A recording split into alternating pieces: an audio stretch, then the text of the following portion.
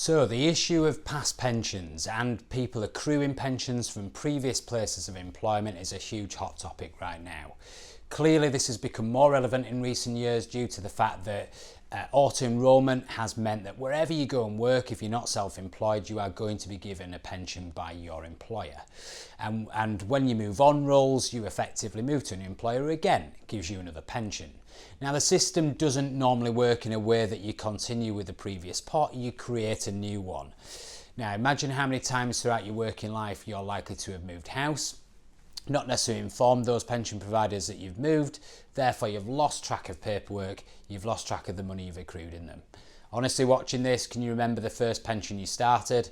And again, depending on your age profile, I have many clients that referred to me in the 50s and 60s trying to remember where they worked when they were 18, 19, 20.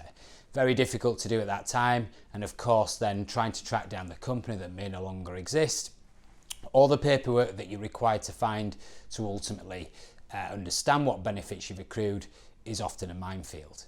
So why do we do this? Well, in the nicest possible way, most people do it because it's just habit. It's not something we focus on.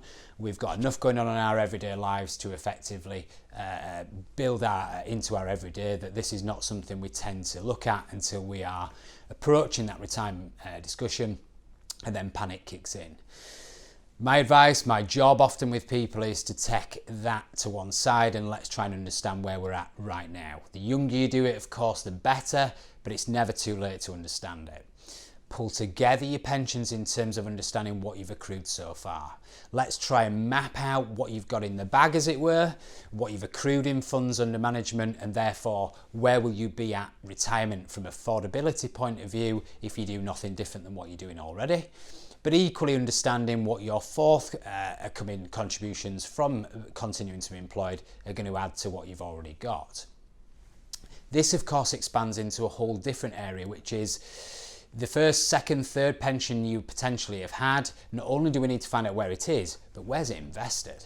The investment decisions you made as an 18-year-old or a 25-year-old potentially are very different to where the world's moved on or effectively where you would want your money to be held right now at this point in your life. So again, there's that whole different aspect as well to it. And finally, be very careful. There's lots of bad advice, in my opinion, around the topic of pension planning because understandably it's a confusing area. You will hear terminology such as final salaries, defined benefit schemes, personal pensions, auto-enrollment pension schemes, and so on and so on. No wonder people's head hurt when they think about pension planning. It isn't always the right thing to do to pool them together. So whilst you might think from an administration point of view, surely that makes sense, put them all in one place, absolutely go to somebody such as ourselves who you would trust to do that due diligence on your behalf.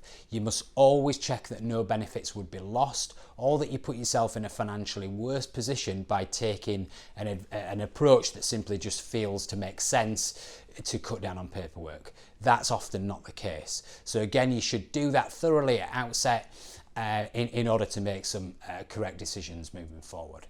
But do it. And the reason why you should do it, of course, it will free your mind. You'll feel much more comfortable that you've got an organised approach to take moving forward. And then guess what? You can control your destiny. The clients I work with know exactly what they can afford and when they can afford it. They know what that vision looks like in terms of what it means they need to put in on a monthly basis now based on the fact that we've found out everything they've already accrued, and we can do some sensible blue sky thinking and enjoy life at the same time. So I hope that helps. Please take advice, ask questions, more than happy to help if we can do.